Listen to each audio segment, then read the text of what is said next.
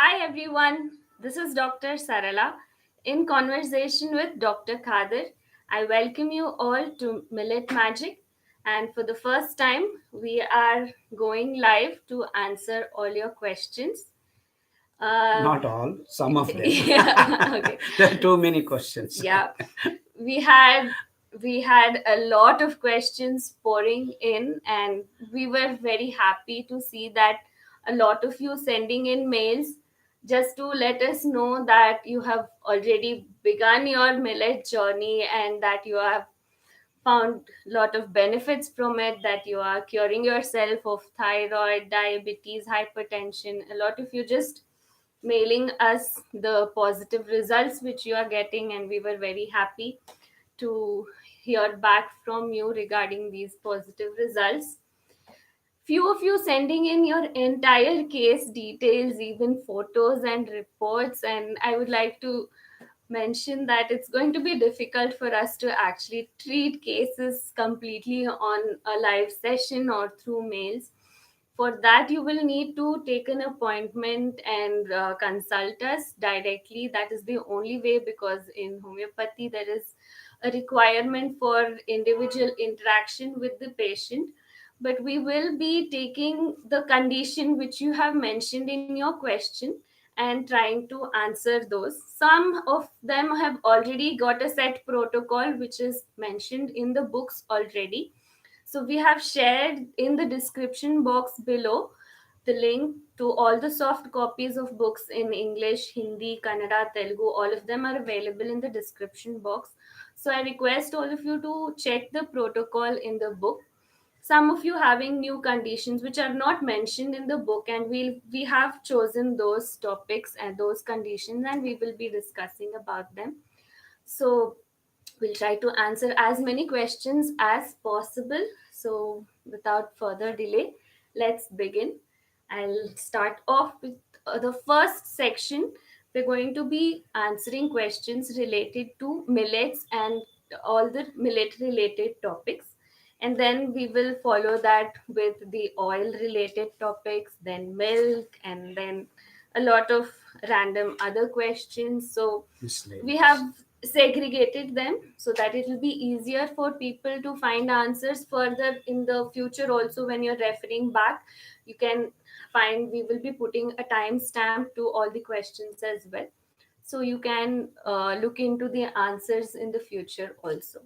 So let's begin. So the first question, an interesting question, someone has asked, how does each millet work to cure diseases of a specific organ in the body? When the nutrient content, when we look at all the five positive millets in general, all of them have a similar fiber, a similar carbohydrate, a similar mineral and vitamin levels in them. So how do you say that, suppose kodo millet works for blood and barnyard millet works for liver? So based on what is this difference? There are two aspects to this question.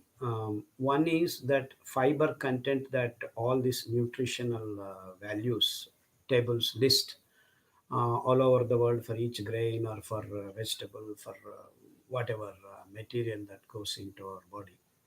It's only the content. It is the amount of fiber present in 100 grams of the material. But it is the nature of the fiber which is very, very different from each grain. So, Kodo millet has got the soluble fiber and insoluble fiber. Of course, that is very much So the in case all with the, all the grains. It's only the content, the amount of fiber that is soluble and insoluble may vary little bit here and there, but the nature of the fiber. See, what is after all fiber? It is a complex structures generated through the further evolution of carbohydrate structures only. So basically, it is the glucose being arranged in different patterns, and slowly it reaches to a great levels of lignans, and then becomes lignin. So the wood that you see in different plants is all wood, but it is different from each and every tree. yeah, So that the nature of the fiber is is very different from one grain to one the grain to other. the other also. And that is one aspect. So fiber of kodo has the affinity to clean up the bone marrow. So bone marrow related issues like present coronavirus connected to the immunity aspect. So you, if you want to get out of this corona business, you'll be eating kodo. And the same way, you can see many of the internal organs are associated with barnyard, the soft parts. And the foxtail millet is connected with the Nerves and nerves and joints and joints lungs, and lungs. And brown top is connected to the digestive tract. So, skin. and how do we know this? We have been in the last 15 years doing experiments. And from the time we started in our clinic, we have been working diligently and collecting the data, and then found a lot of these digestive problems being helped by brown top millet, and a lot of this typhoid, malaria, viral fevers, H1N1, H5N1, dengue, all these kinds of fevers. When such patients present to us, we ask them to go on to kodo millet rice for a week. Then you see good results. That's how we have figured out all these things, and I hope we have answered the question. Yes. Okay, so the next question was, why should we not mix millets? So I think this is a very good follow-up question to the previous question. So each millet has its own special cleansing properties, just like we were mentioning. We didn't mention about little millet. So little Little, millet of is course, the very most good. important one. Yeah, very good for all hormone related complaints, all reproductive Yes, related complaints. generated. Yeah. Yeah.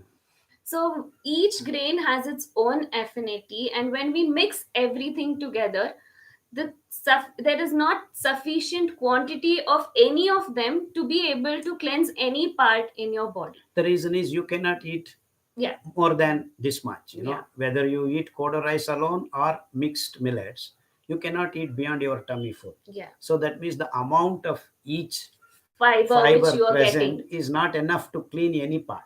So when you eat one grain for 2 consecutive Consecutive days, days.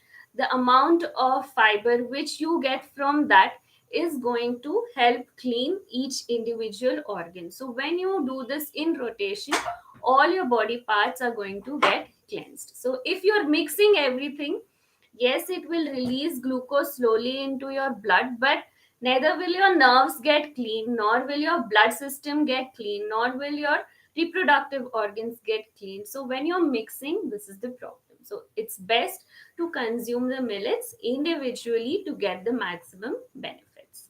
Actually, I keep giving a small example of our Chamundi Yeah.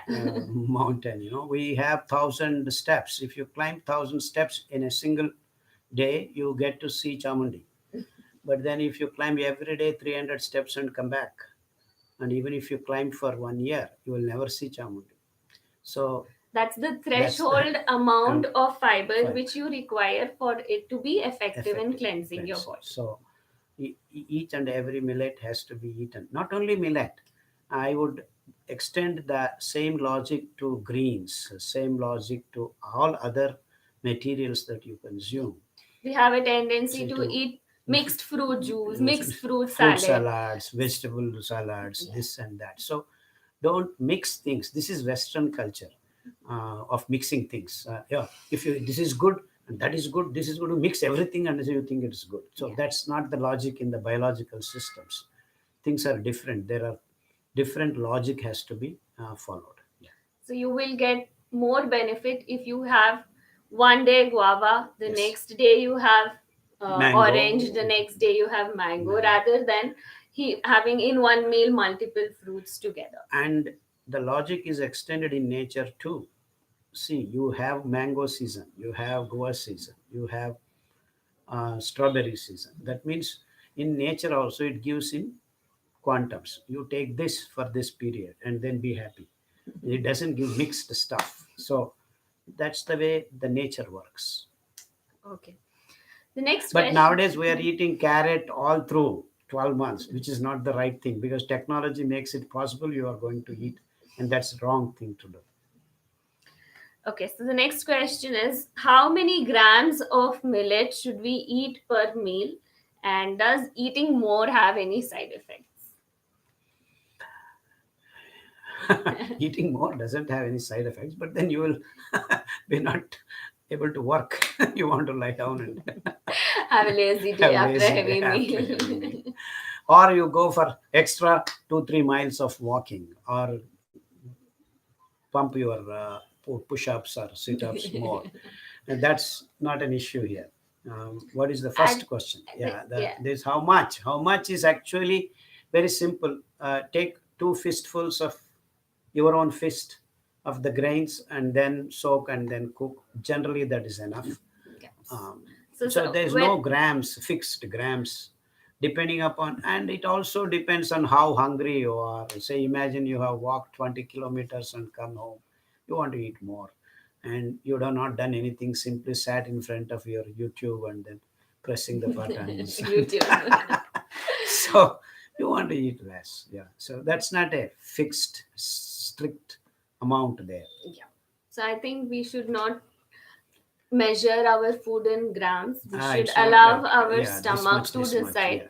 yeah. And millets being rich in fiber, It you is cannot overeat overeat. it too much. It regulates S- itself. So you Correct. can eat how much ever you feel like eating, which is going to vary meal to meal, day to day. Day. So just allow your body to decide.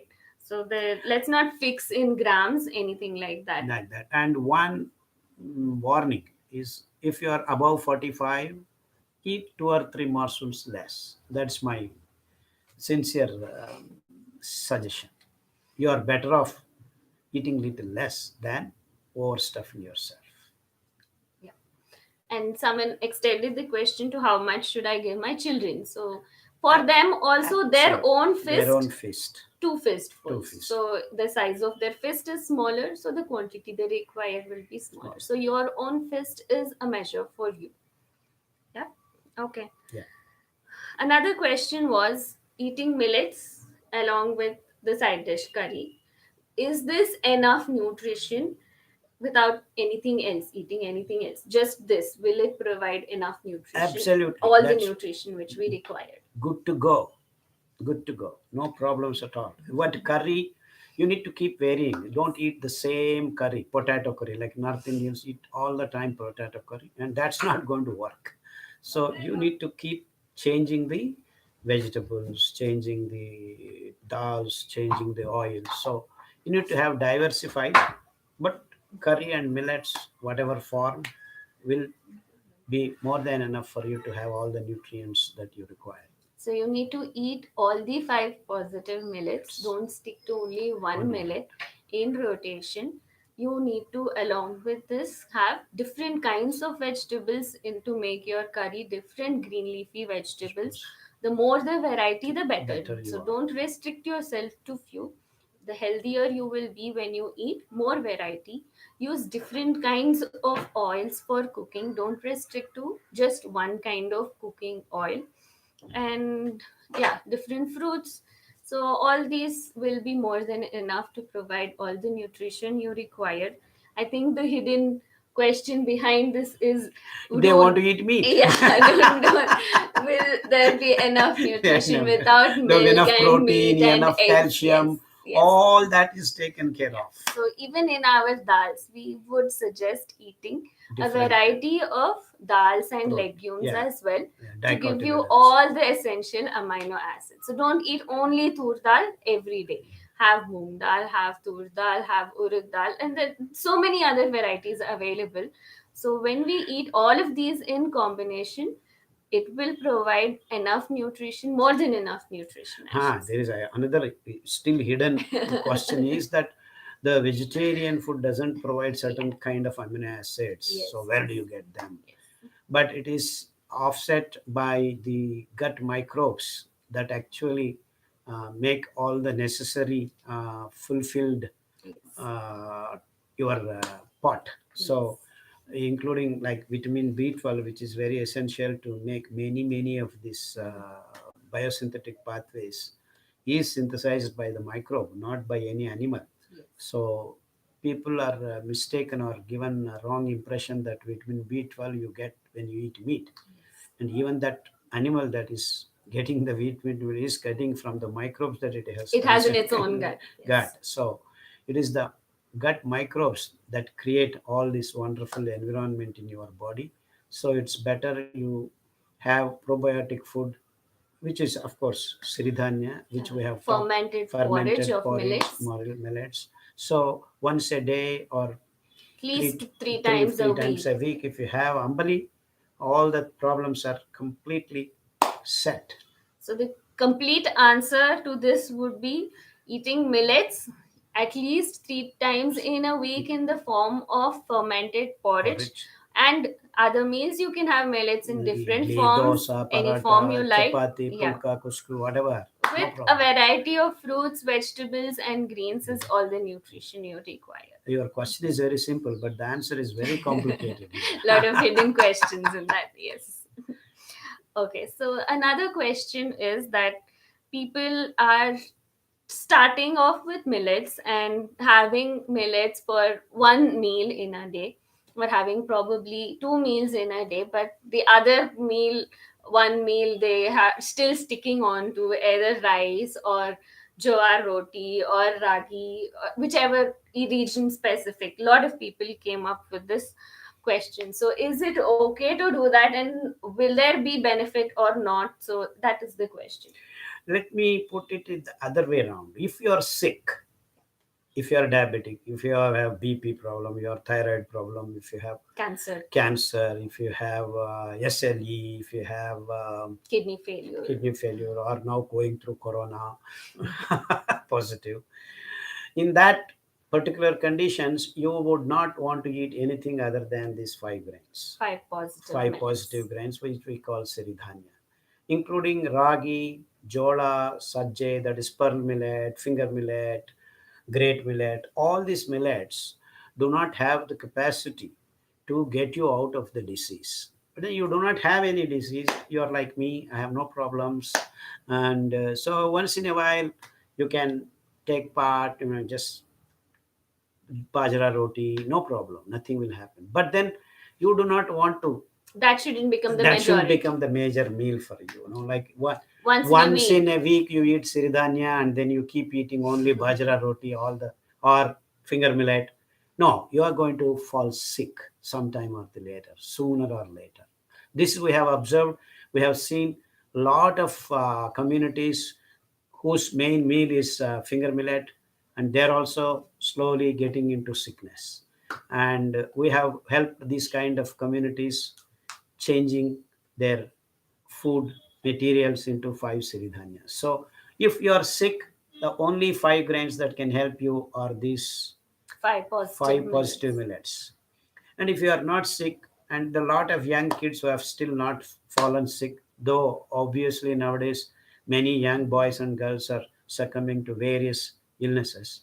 Uh, the reason being that they are also eating, not that they are not eating, they are eating rice three times, four times, they are eating wheat four times, five times. All these things are happening. It's not that people do not have food, but they are not eating the right food. That's why we have been watching and recording lot of illnesses touching young age. So this we need to avoid, and that's why we are trying to communicate to people that if you are more than half of your food, even if you are healthy, in a week, should be up to 60 to 70%, let it be positive millets.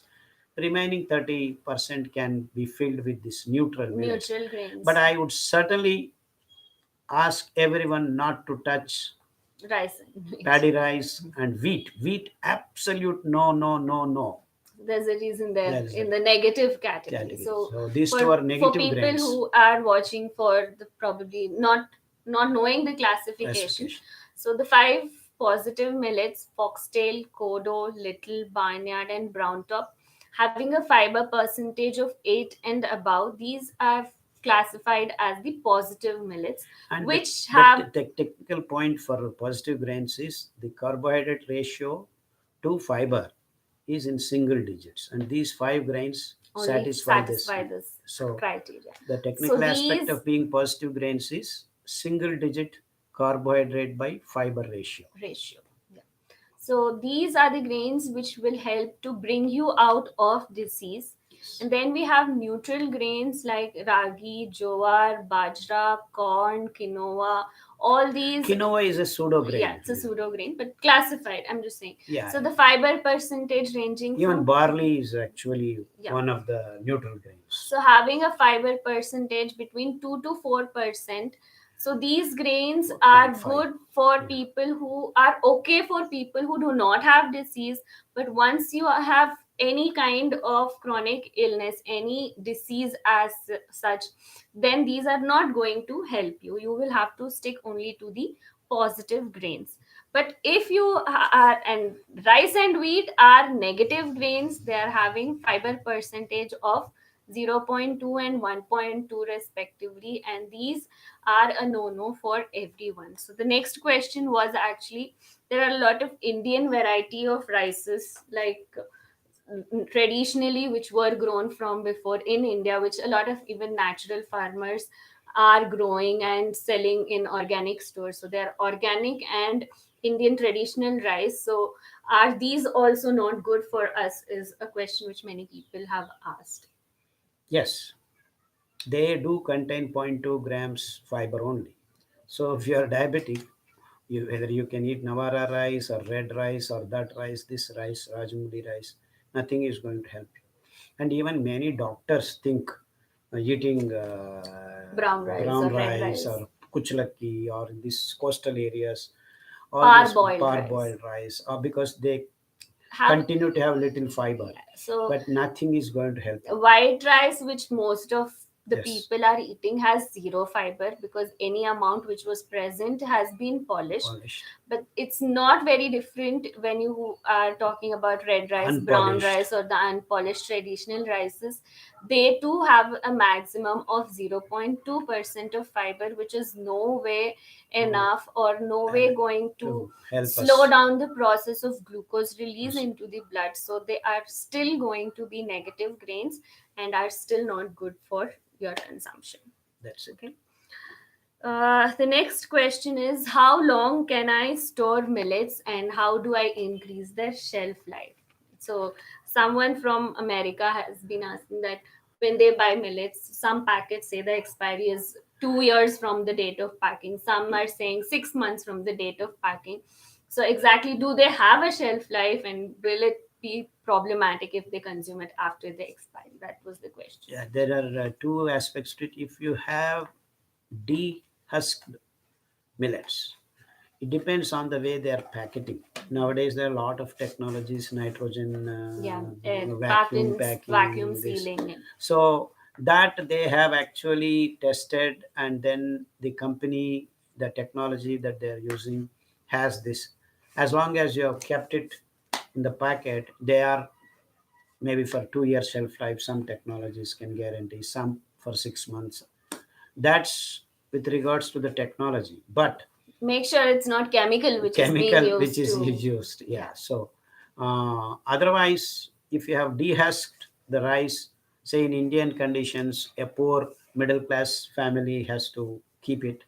Generally 2 months to 3 months you start seeing small worms coming into picture, but that you can actually put it in little Sun, yeah. sun, and then you can get rid of. So the shelf life of dehusked grain in natural conditions is 2 months to 3 months, and beyond that, generally things do not stay fresh. So you want to eat before 2 to 3 months. The main problem is only the insects which Yeah, infest the grain. grain. Otherwise, there is no problem in Problem. eating the grain as such. It's Yes, not going to be harmful harmful for you. It's just the problem of the insects, which actually they're smart. So they tend to infect millets faster because there because is they know that no there is more no nutrition and in no millets. chemicals are Yeah, no around. chemicals also being used Yeah, to insecticides are grow not the used. millets. Yeah. So they are a purer form of food even for the insects, so they tend to catch insects sooner. So if you're able to prevent this from happening in natural ways like airtight sealing or by frequently exposing the grain to a little sun, then you can store the millets even up to 2 years. It's not going to be a problem. And another thing which I used to do when I was in Dubai for at least 6 to 8 months, I needed to store the millets. I would keep it in the freezer. So I would take it out from the freezer for the next week. So how much I require for the following week, I would take it out from the freezer and then utilize it. The rest of my stock would be in the freezer. So if you have space in your freezer, this is also an option to store the millet.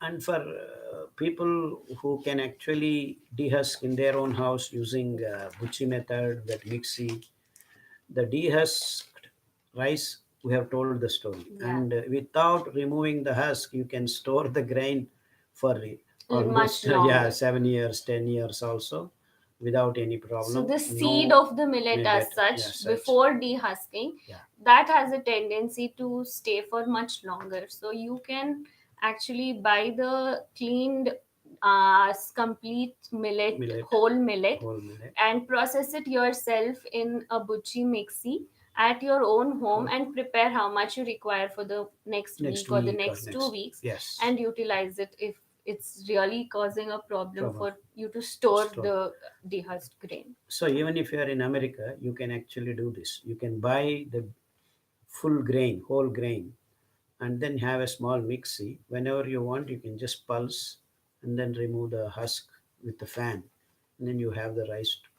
So there is no problem of shelf life, Insects and shelf insects, and life. all that. So And when you're talking about the whole grain, the longer you keep it, the better it is. Even actually, like, yeah, yeah, I the think we have seen ads for basmati rice basmati saying aged 2 years, say aged is four 2 years. years. So Yeah, the same way, yes, if you have millet whole grain, the longer you keep it, the quality of the rice improves. So yeah, you can. matures well. And Okay, so another major concern for many people is after starting millets and continuously having it for 6 months or 2, 3 months, they are seeing weight loss and they are scared that they are losing too much weight and they are switching back to rice or wheat. So, is it okay to continue millets if there is a great amount of weight that they are losing? Is one question which many people are.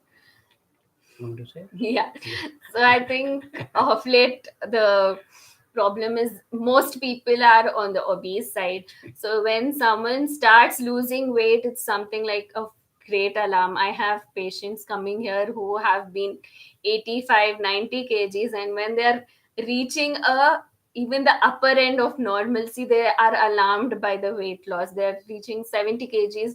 They should have been around 55, and yet they think that, oh my god, I'm losing weight, I've become thin, and people around are saying, oh, you're looking very thin, you're losing weight, and they think it's unhealthy. But I think we have a general notion that being fat is being healthy, which is absolutely not true. So don't worry about weight loss too much. And even if you are losing weight and you were in the normal range and you're tending to become a little underweight for your height, it's still okay, because this happens usually in the first 6 months when you suddenly start eating millets. But over a period of time, within 2 years, you will gain an optimum weight. So you don't need to worry, you don't need to be alarmed. As long as you are eating millets and feeling energetic and feeling good, weight should not be the primary concern, is what I feel. Yeah. and the logic behind it is that we have to be healthy, first point, and the millets replenish the healthy living cells. So the first 6 to 8 months, as you know, only millets have got this cleansing capacity. It is removing all the dirty things in your body, including cells that are connected to your bones are dirty because you have eaten the wrong food all this time.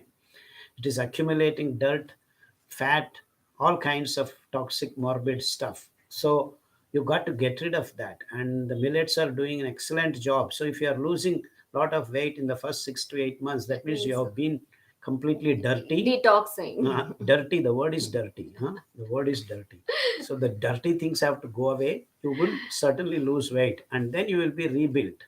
And all the new cells that are going to come are going to be made of Healthy healthy cells. material, and that is being supplied by the positive grains. So that is the logic. So don't get upset.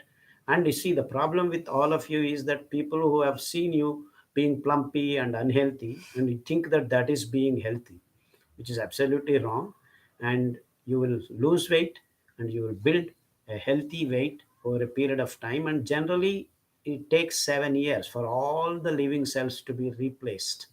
But half the time, within 3 to 3.5 years, all these processes show you enormous Results. positive results. So don't worry about it. So generally 2 to 3 years, everything will be stabilized. And look at me, I've been like this all the time. So you're going to be healthy. Don't be worried at all that you're losing weight. You're losing the bad things. You have to get rid of bad packages. Then you will get good ones. Just wait for 2 years. Yeah. And so be sticking with positive grinds, food materials all the time. Yeah, don't go back Don't to go back. again the wrong Yes. stuff. Yeah.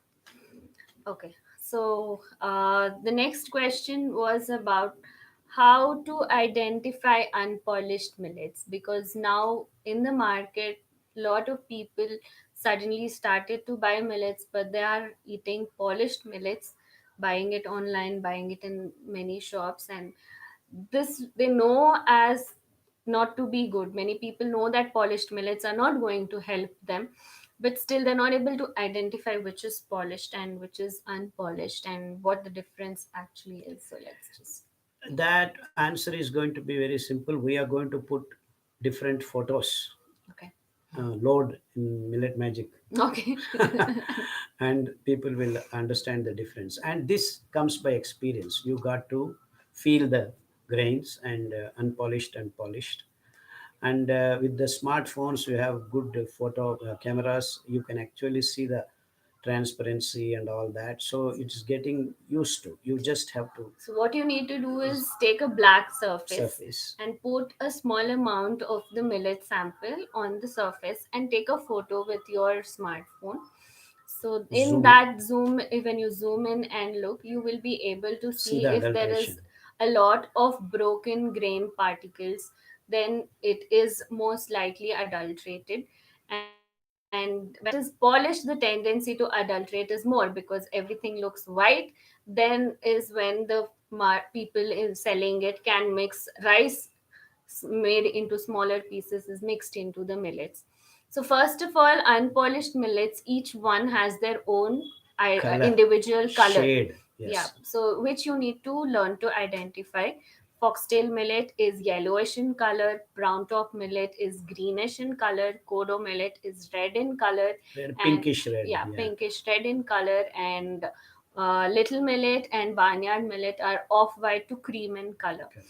So each one needs to have its individual color. If everything is white, then it's an absolute no no, don't go to buy it.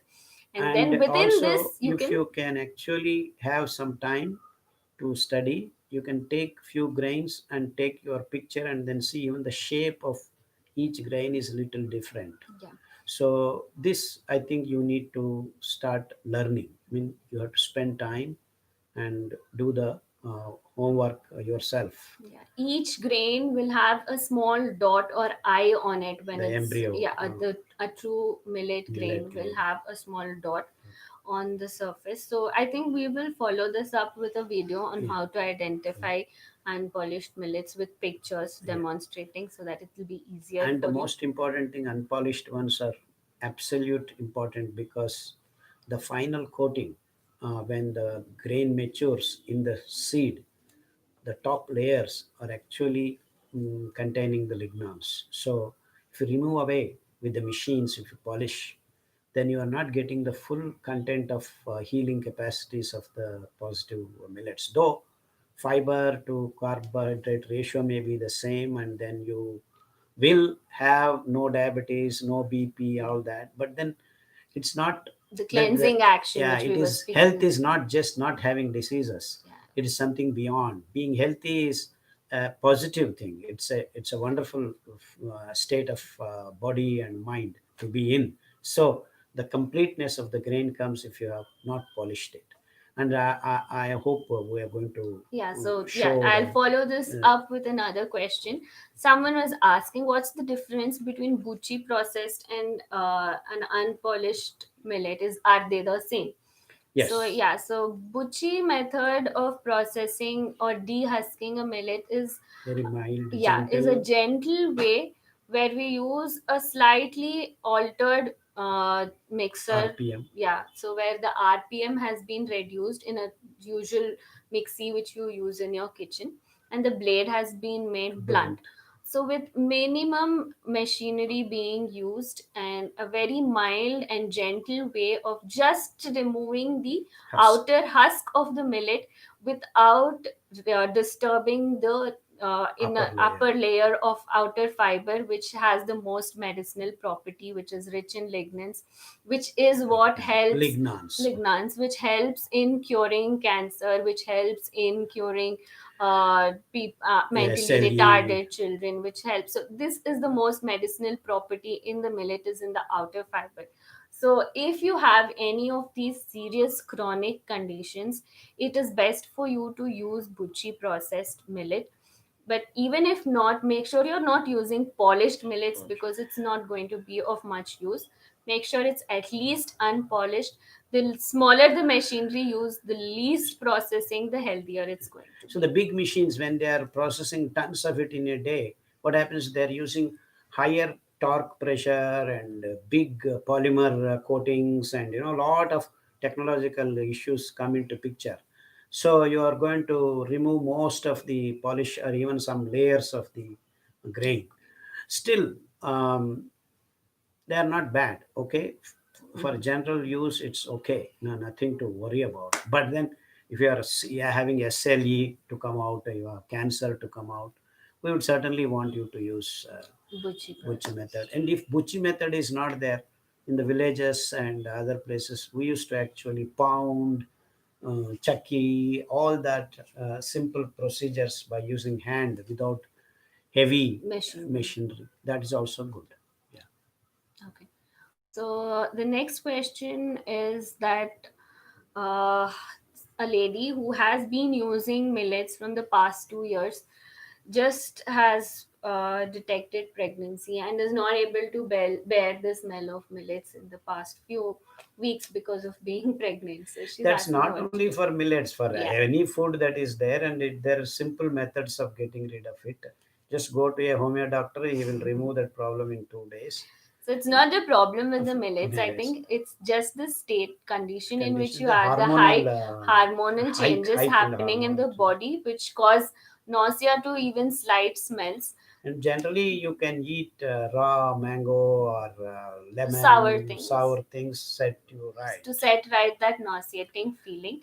And I think it will pass soon. It's It will. just for the first trimester, which And it usually the lasts. kashayam, honge kashayam, Yeah, honge pongemia decoction will also help to get over karanj in this. Hindi, Karanj in Hindi will also help to get over kanuga, this condition. honge. Yeah. So viewers from different languages, so we're trying to use all the languages we know to answer the question. So don't change over just because of this short period. Continue to It's eat not due to millets. millets, it Yeah. is due to your condition Yeah, that so happens. make sure someone else is cooking for you, and after at least half Set an is hour to 1 hour it sets, the smell will become minimal. You can add whatever other spices to garnish and mask the smell if you're finding it nauseating. But do stick on to millets because it's going to really help in the baby's growth. It's the best food for a pregnant woman, so do try to continue and eating within millets. 2 3 days we'll be all right. Just seek a good homeo doctor's help. Go Okay. ahead. So the next question was, how do millets help in genetic conditions? So do they actually, whether oils, millets, or the kashayams, act on the genome itself? This was a question by someone who had muscular dystrophy, which is a genetic condition, but I generalized it for other people also having other genetic conditions. We per se do not have any strict studies done, but then we have been watching lot of so-called genetically disturbed diseases, progressive diseases like muscular dystrophy, SLE, autoimmune diseases, and including the autism. All these cases, people have been reporting very good results. So obviously, millets, due to its inherent cleaning capacity, which is not there in many of the grains, seem to be helping in the level of genes also. So the new information that is coming up because of the cleaned condition of the body, the cells are getting the problems corrected, obviously. So how and to what extent, whether it is in the opening of the genes or all those issues have to be settled in the future by diligent experiments. Yes, that should. Yeah, that should. So, I think someone had correctly put it as your genes are like a loaded gun.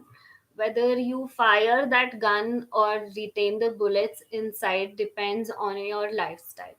So, even in genetic conditions, to what degree you have the disease, to what degree you suffer from the disease, how fast it progresses, all depends on On your the lifestyle, environment on that you are your, providing yeah, to your what you cells. do, what you eat, and all those lifestyle conditions is what decides all these things. So it will not probably change your genes, but to what extent the They diseased express. genes are expressed depends on what you eat. And Say if you are not sleeping at all, going to parties, certainly your genes are not going to cooperate with you. Your disease is going to progress faster. So go and drink alcohol, smoke, have drugs, and all this, eating meat, all these things are not going to help you.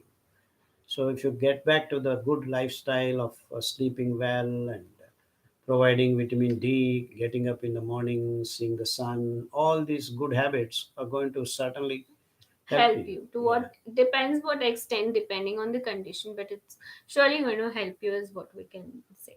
Okay, another important question from many people is that different people in the family are having different conditions, and it's becoming difficult to cook millets for each person separately in a day. Yeah. It's So a what, practical problem. yeah, so what protocol do we follow if different people have different Yeah, kashayams, you need to have individual kashayams because a thyroid patient has to have different kashayams and a cancer patient has to have different kashayams. But meals wise, you can just generalize and say every 2 days, all the five grains alternate. That would or, fit everyone. yeah, or if you have one person who has a very serious condition like a cancer patient in the family, I think everyone else following the same Same protocol protocol will be helpful for for everyone. everyone. So choose the most serious disease To amongst the the people, family members, or if everyone is having a mild nutrition, condition, then 2 days of each millet will do.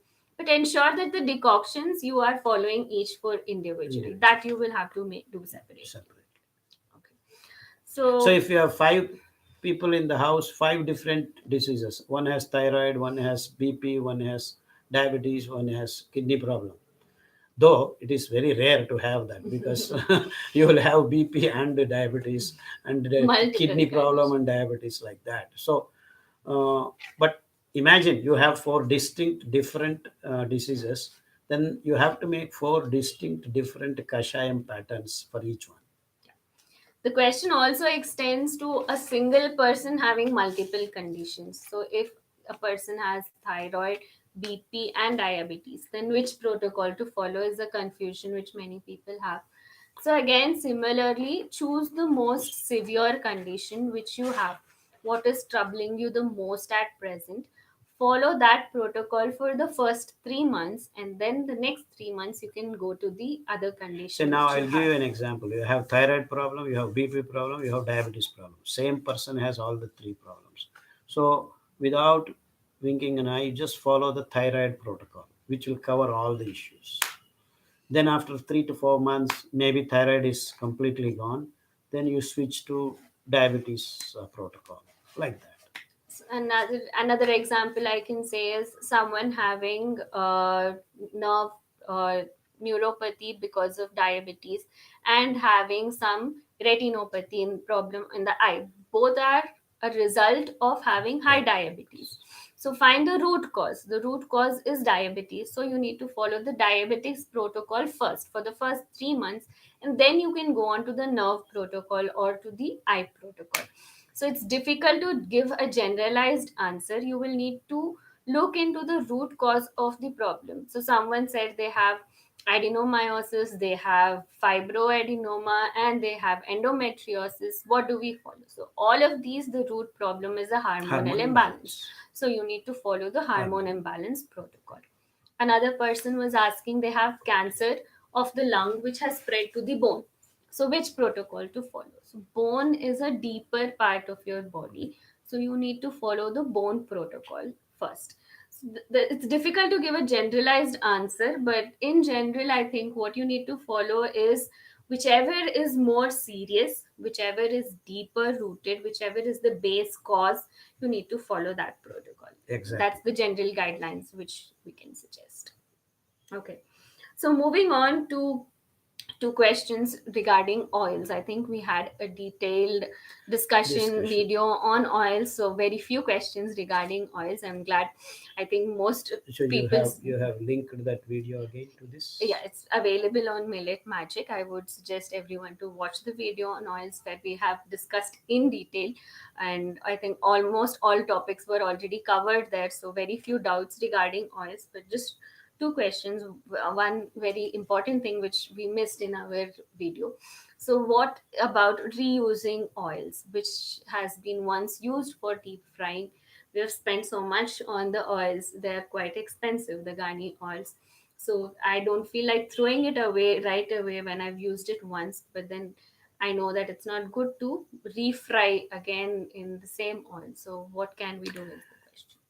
Yeah, one thing we would urge you to do is when you are deep frying, use an oil which has got a high smoking point, like coconut oil, which in general Safflower oil. These are the safflower two oil too. oils which are good Yeah, for deep frying. and also add a small bit of turmeric powder when you are using that, so that the anti-carcinogenic properties all around.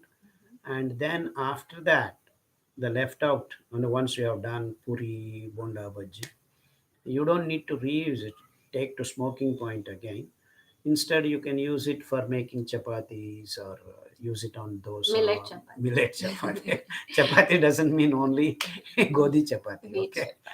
Yeah, so all these things are quite okay, and you can use it for Yeah. So in in places where places you're not going to going to heat heat the oil again, again. you can use it like for smearing the idli The pan, or while making chapatis. And there We, is yeah, enough material all the time with the oil yeah. So where the oil is not being directly heated directly heated. again, you can reuse it in such. Like making curry, you can add little oil, this oil instead of fresh oil, like that. Yeah. Okay. So the next question is, how long can Ghani oils be stored? Do we need to refrigerate it? Yeah, it depends, and you see, if you do not have enough supply and you would not be able to get immediately, then you want to get all at a sudden, all in a lot, say 5 liters, 10 liters, and then you want to pack it properly, and you can refrigerate it. I don't uh, think you should no, refrigerate if oils. you have packed sealed You don't packing, need to you don't need refrigerate. to refrigerate, but then some people think it is important. Mm. And otherwise also, once in a while, if you expose it to sun, if you're living in India, the oils do not go bad. You can extend the shelf life to 6 months to A almost year, a year even a year, also, it's fine. no Yeah. problem at all. So And you can just sell. If the rancid smell is coming, please discard. So Don't depend on the don't date for date, yeah, the expiry. expiry, The rancid smell and is sits a well. good indicator. And this date of expiry is for the commercial Commercial purposes, purposes. it's a must. It has to It be has to be stamped. some stamp date has to be stamped. But so don't follow that. So follow your judgment on that particular day. See, you might have bought the oil day before yesterday, and who knows how long it has been sitting in the thing, and then they might have printed the expiry date something. We never know, there might be some water moisture absorbed and then the rancidity could have set in, so you want to be careful with that. So don't depend upon these labels, and so Yes. watch yourself. So what happens is when oils are being extracted, a small amount of water has to be added during the process Process of of, extraction. especially ghani Yeah. oils, many oils have been done that way only. Yeah, so when this water remains in the oil is when it tends to get a rancid smell. So if you have sun dried the oil well for 2 to 3 days, then it should not be a Absolutely problem. no problem. Yeah, so if you are, even after you have bought the oil, you can just put it in a can with a good open surface area for the lid. Keep it in the sun for once in a month, then you can extend the shelf life of it. Up to Yes, 8 months to a year should yes, not at all be a absolutely, problem. absolutely no problem. Yeah. Okay. Another question which we got is, if you had to tell in short, why is milk not good for us? Go ahead. Okay. So the first problem with milk is that a large amount of hormones are being injected in order to produce the large amount of milk which we are consuming.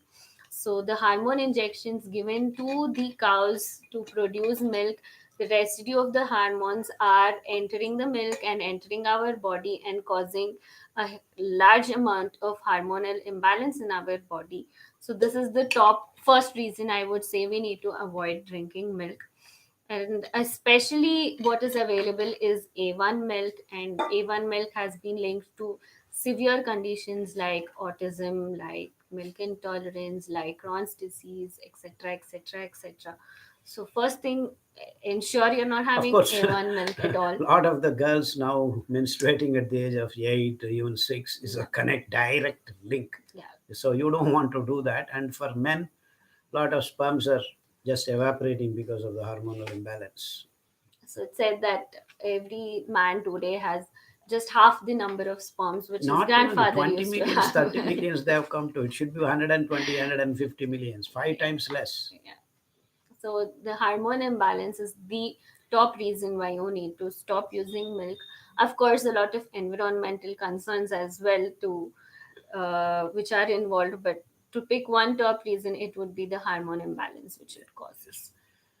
Okay, and the next question is, are plant-based yogurt and plant-based milk nutritionally and microbially equivalent to which yogurt or milk from cow or from animal? Absolutely, absolutely. No problem. In fact, we have many varieties like sesame milk, ragi milk, groundnut milk, pine nut milk, you name it. We have at least 20 different kinds of nuts you can make milk, that oily Coconut milk. coconut milk, cashew nut milk, badam milk. No, wonderful milks, and all of them can be made into curds. Different kinds of bacteria, especially lactobacillus, is a wonderful way of doing things, and you can just replace wherever you want to use curds of the regular cow's milk or buffalo milk curds. You can always use these Plant-based plant-based and and yogurt. different flavors. You get groundnut curd is good, sesame seed, so you have a lot of varieties in it. So I would actually say it's not nutritionally equivalent to animal milk, but is even better than, 10 times better. yes. 10 times better. Plant-based milk will Plant-based be milk is better much better. nutritionally Absolutely, compared to absolutely, animal. absolutely. And you have no toxicity at Yeah. all. So Absolutely, minus all the all bad that bad elements, elements. plus plus Plus plus of the plus. good elements. And the basic problem with most of these so-called modern people, especially Westerners and people who have learned from Western science, is that calcium, calcium, calcium. You get calcium from milk. And believe me, it is a scientific myth. There is no calcium in milk. It's only 900 milligrams, and what you get absorbed is Very much less. less, 180 or so. And you want sesame milk 1 liter, and this milk 1 liter, it is 10 times more. And ragi milk is 3.5 times more calcium, just per se calcium. So you have been fed wrong information all along. Absolutely an agenda of industrial food culture scientists. This is absolute bias. So please unlearn, unlearn. Milk has no calcium whatsoever compared to the plant-based food material milks. They are 1,000 times better than this milk for your kid. Okay. What about soy milk? I think we didn't speak about that, but Yes, many soya people. milk, if you have a non-GMO soya milk, it's as good as many Any other plant-based. But soya bean half late, it's complete GMO. So we would genetically modified. modified organism. So we do not want soya milk in your kitchen. So, soy milk, many people, especially when you say vegan, the first option everyone goes to is usually soy milk. And we would like to warn people that if it's genetically modified, it's going to do you more harm. Anything where you have meddled with the deepest level of the organism is the genes. And if you're meddling with that, you're modifying that, it can surely not be healthy for you. So, Especially soybean, you have an herbicide resistant gene incorporated in that. So that's going to invite a chemical which is very toxic and carcinogenic, which can screw up your bone marrow and lead to blood blood cancer cancer. and further many more cancerous conditions. So I would certainly want all the people who are watching the show to avoid soya, even the word. Okay. So, a few general questions Yes. which I could compile. Is it good to drink honey and lemon water? Once in a while, tastes good if you are sure of your honey. Yeah, so Honey is nowadays not available. pure honey. Pure honey. The honeybees themselves Honeybees are themselves, becoming I think some extinct. only 3 to 5% are left over all over the world due to our so-called modern agricultural practices and deforestation. We don't have We don't flowering we plants, don't so flowering how do you plants. expect Yeah, bees to survive? the flora is completely out of whack. So you want to really create forests before you think you are going to get real honey. So uh, honey in whatever water or lemon or things like that. I would rather ask you to take palm jaggery's syrup with honey if you are interested in With lemon. with lemon. Yeah, and honey I also like it, but I don't think you have the pure form of it available now. And the way they are supplying in big bazaars and big markets online, please be careful. Yeah, but I think the question would be more of, is it good to have it every day? No, For nothing is good for you to have every day, yeah, including the kashayams, which are very good. See, gilai is very good. That doesn't mean you go on drinking gilai to 365 days. Then you will end up in trouble. So you want to keep rotating. So even if honey in with lemon water is good for you, it should not be beyond a week or so. So if you are sure you are getting the pure honey and you want to drink, so keep rotating. Drink for a week in a month, and then after 2 3 months again you can repeat. yeah. So nothing should be taken every single day. Day, Do not make it a habit to daily. drink every day Day. See that, what is yeah, mentioned. daily if you do this, that means that fellow has an agenda of selling it all the time. Huh? Please be careful. And the follow-up question to that was, is it true that lemon and honey lose their properties when heated? Yes, they do get destroyed when you heat them. Yeah. That's Honey why, especially should not be yeah, heated. even lemon. That's why we usually squeeze Squeeze lemon at the end end, of like while garnishing salads or while just before serving a dish, not directly add lemon juice while cooking. So yes, that is true that it's not good to Not heat. only that, when you have proteins, when you keep boiling with the lemon or some acid, the structure of the protein starts getting distorted. Change. Yeah, I mean, which you can watch when you are actually making paneer. When you heat milk and then squeeze lemon and boil it, Breaks. it just coagulates. Everything starts precipitating. So you do not want to do that when you are eating food. So that's why you don't want to boil. And that is the reason why you do not want to boil lemon, Other food other foods substances such with as lemon. lemon. Okay.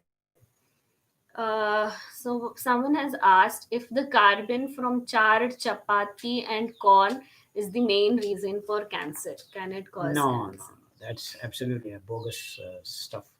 Nothing like that. In fact, charred carbons, just carbon per se, whether it is from vegetable source or even animal source, is not going to cause cancer if it is carbon.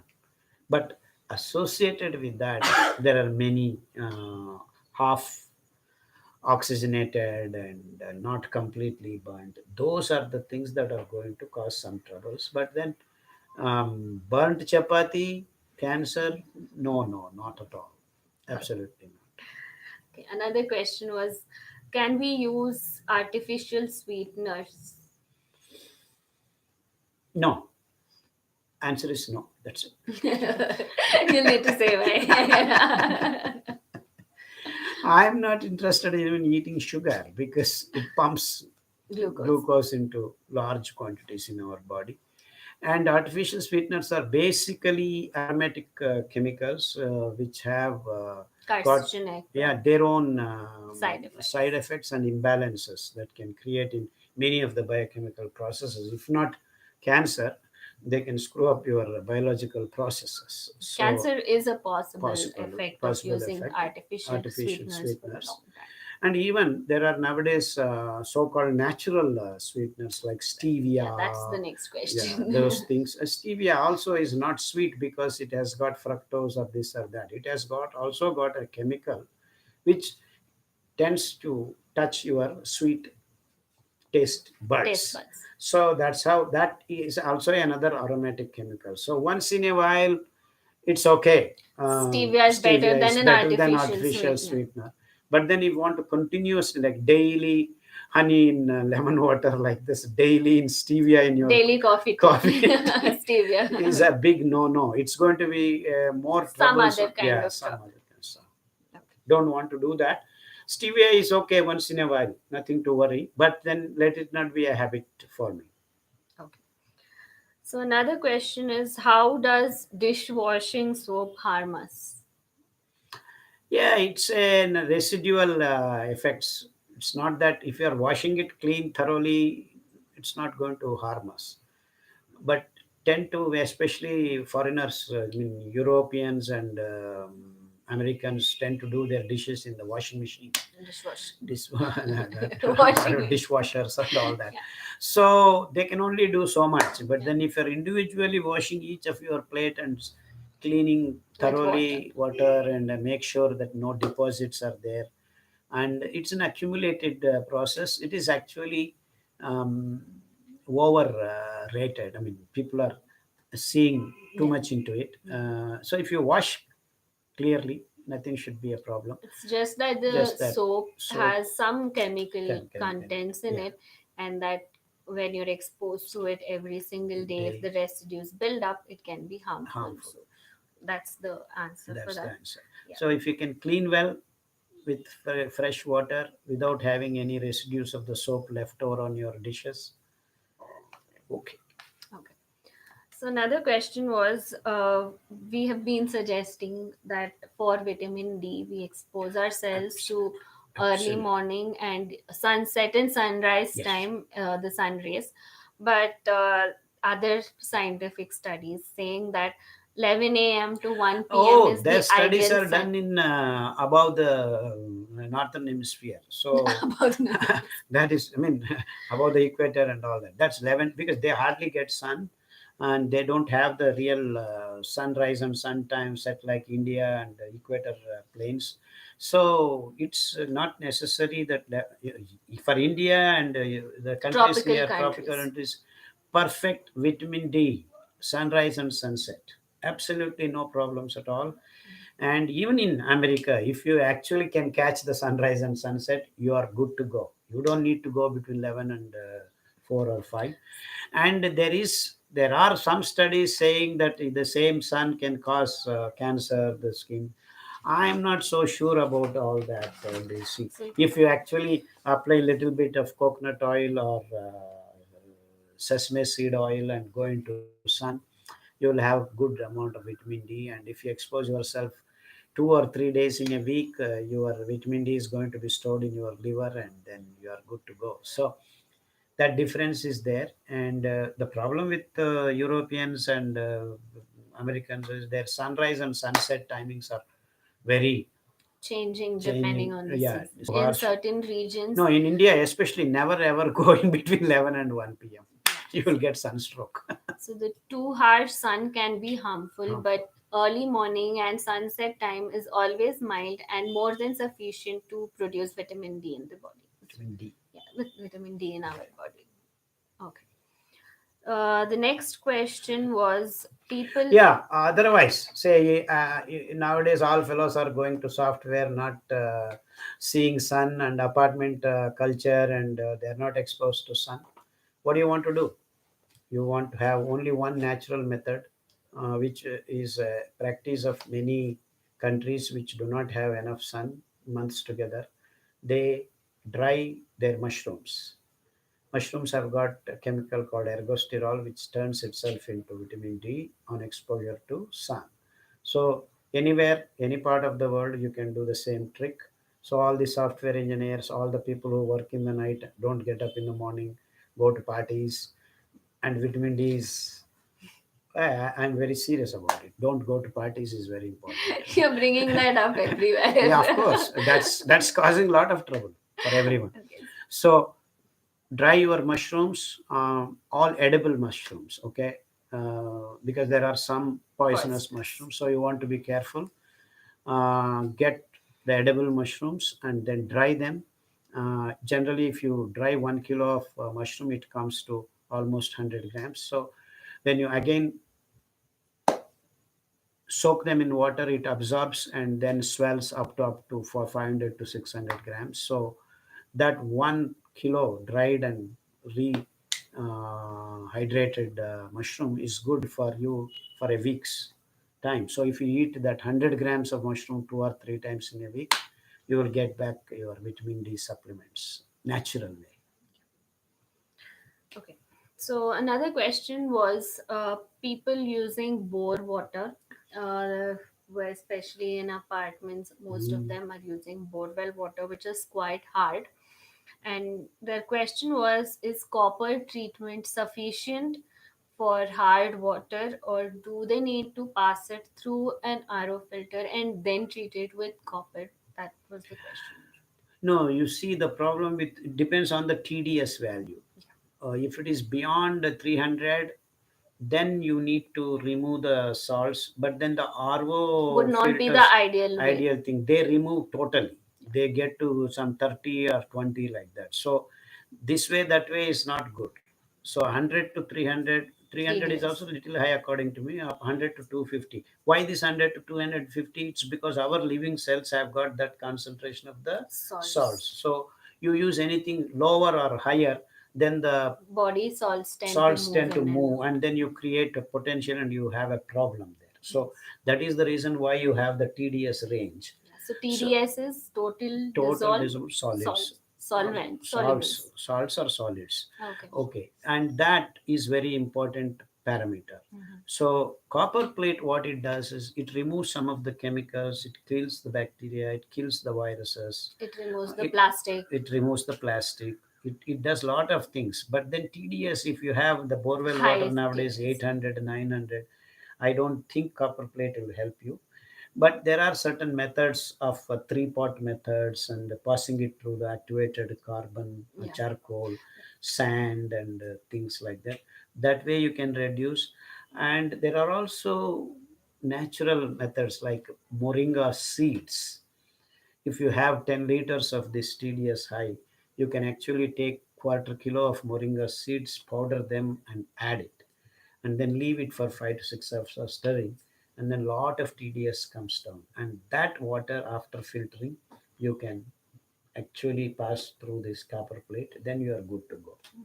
So But you need to have good amount that's of difficult. every day Yeah. get So moringa I seeds. think the ideal practical solution would be to use filters, Normal not filters, RO not filters. So oral before the RO gen filters came in, we had regular candle filters, candle which filters. will reduce the This TDS TDS. and then treat it with copper. Nowadays, you have got this TDS checking machines, Yes. simple hand machines. So you go through those tests.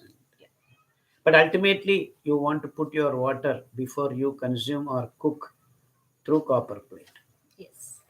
Okay. So another question was that someone somewhere had read that each person's gut is unique and it determines their personality because of the microbial flora in the gut, which is true. Yes, your microbial content in the gut does have an effect on your mental state, on your moods. Yes, that is true.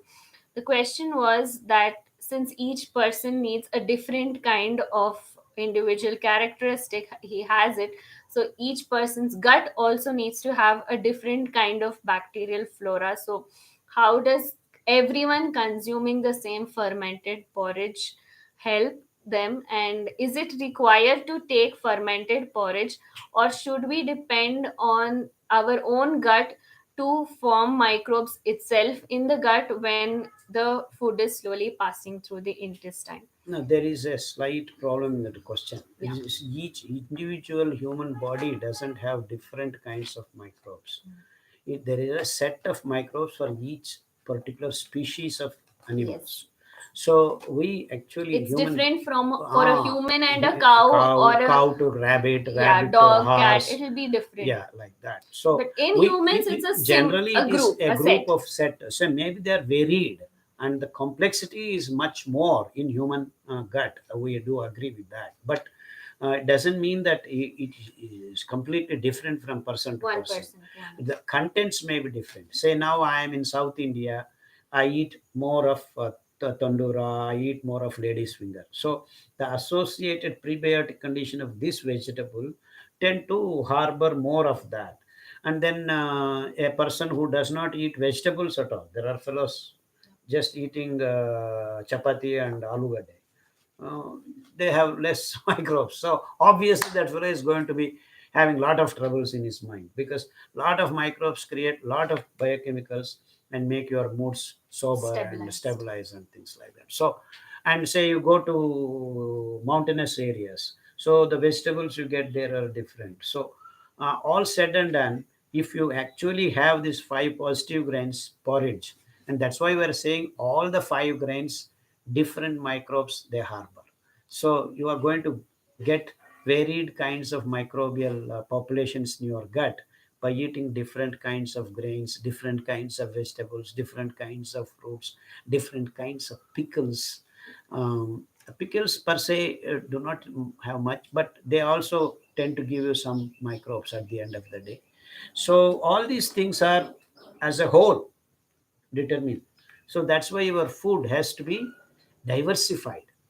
So of late, the kind of food which we are eating, the antibiotics which we are taking, the chemicals which we are exposing ourselves to, The meat, the egg, the milk has lot of residues of these antibiotics. So so you are all these cleaning, are killing the killing gut that. bacteria. So it then becomes very much necessary to have fermented porridge to give the dose of probiotics from the external source, because we are continuously killing Killing. that which is there in the gut. So Yes. constantly Every providing day, it externally one has tumbler of become necessary. porridge, Yeah. fermented porridge, ambali is very very good for you, Yeah. and especially people who are sick, trying to become healthy.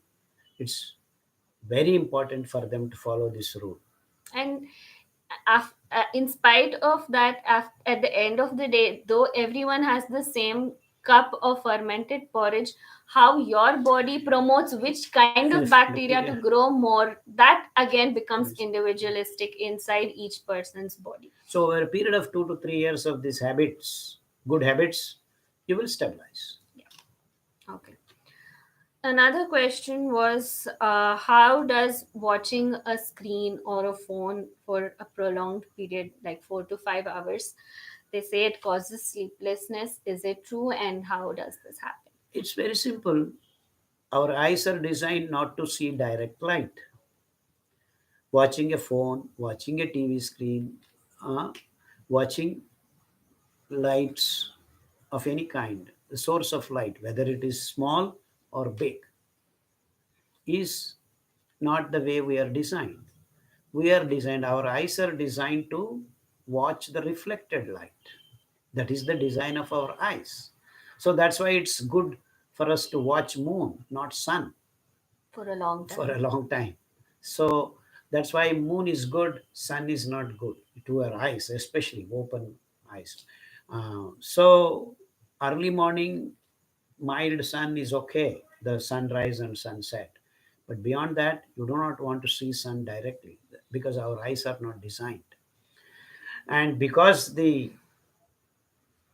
power of the Screens. screens are very low, you seem to be okay temporarily. But then over a period of long exposure, obviously it is going to, may not, you may not become blind, but some nervous tension is Changes. created and it can be transferred to pain of some other part in your body. It's not ergonomical I'm talking about. See, sitting in the screen and watching them typing, the ergonomical pains come. I'm not talking about that. By just watching, we do, I just sit and watch the TV for a long time, I will have problems. Though I'm very comfortable, ಸುಖಾಸನದಲ್ಲಿ ಕೂತ್ಕೊಂಡು, even if I'm sitting in a very comfortable position and watching TV for more than 5 6 hours, you can get pains, you can get your digestive system deranged, or your nervous, you may not be able to sign after some time. Things like that can happen to you. So depending upon the condition of your body, precondition of your body, certainly you want to restrict your screen time, whether it is a smartphone or a TV or tablet or whatever computers, and Continuously continuously stimulating your stimulate. rods and Yes, cones will cause your brain to be active. So yes. if you're especially doing this just prior to sleeping, then the brain to shut down and sleep becomes very difficult. So at And serotonin has to become melatonin. That happens only in dark. Not only the light, even the vibrations from Wi-Fi, radar, microwaves, radio waves, all these things are going to disturb you. So I'm extending your question. It is not just light, source of light. It is even our body, even the skin, even the cells have different set of conditions designed not to have all these unnecessary, unwanted, artificial vibrations all the time going around. So if your actually house is near a high voltage, oh, you will have problems sooner or later. So all these things are very important. So you make a scientific and well informed judgments about your kids growing up properly, and that's why it's very important to be in natural setups. So if you can get time, simply take your kids to a forest atmosphere. Spending at least 5 to 10 hours in a forest weekly once will rejuvenate your system in different dimensions. That's very, very important. Let all people be reminded with this particular comment. Okay, this question was in Telugu.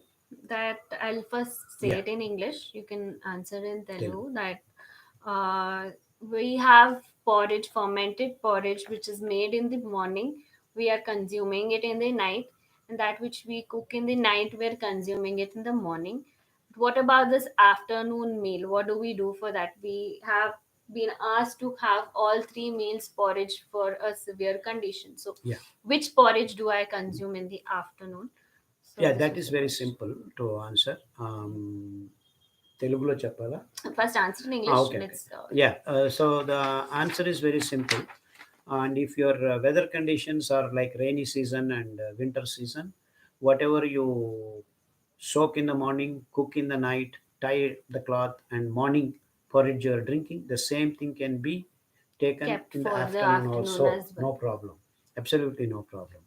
But then if your time is summer, Hot hot summer. summer day, especially Gunturu, Vijayawada, that kind of places, what you want to do is actually soak in the night, cook in the morning, and by 2 o'clock the fermented porridge is ready. So you can take that. And what else? I That's think all. the The answer is question very would simple. be like, can we refrigerate them? Yeah, yeah, I don't want to refrigerate. I don't like No, but refrigeration. practically sometimes Practically, yeah, you sometimes. But can then what happens actually is that in the refrigerated, the microbes start going to hibernated state. hibernated state, and then if you want, again you cannot heat them when you, so it's a screwed up umbali. That's all I can tell. You can You keep it, can if you keep it keep it in the fridge, then make sure you take it out out and and keep it again at room room temperature temperature for 1 or 2 for hours 2 hours before before consuming it, and make sure you're not heating it heating it again again. directly on the stove and killing the probiotics. So Or you can keep it in warm water, the yeah, vessel in the, so the double don't directly double direct, boil it, just yeah, keep it in a bowl of warm warm water to water. bring it to So room temperature again. So this now would I be know one. these are all questions related to practical Yeah. aspects, but then you can overcome by little attention. You need to spare more time. That's all. Okay. So I'm moving on to certain question. Okay, yeah. ఆ, Sorry. తెలుగులో చెప్పమ్మా, నేను చెప్పనా? Okay. ఏం లేదు, మీరు విజయవాడ, గుంటూరు, విశాఖపట్నం లాంటి ప్రదేశాల్లో ఉంటే సమ్మర్లో మీకేమీ ఇబ్బంది లేదు. రాత్రి ఉడకపెట్టిన, నానబెట్టింది. లేదు, రాత్రి నానబెట్టి ఉదయం ఉడకబెట్టి బట్ట కట్టేస్తే మధ్యాహ్నానికి 2 గంటలకి రెడీ అవుతుంది అంబలి. ఎందుకంటే ఆ వేడికి తొందరగానే ఫర్మెంటేషన్, పులిసే కార్యక్రమం జరుగుతుంది. సో మామూలుగా చలికాలము, వానాకాలంలో అయితే వేడి ఎక్కువగా లేనప్పుడు మీరు ఉదయం నానబెట్టి రాత్రికి ఉడకపెట్టి పొద్దున తాగుతారు కదా!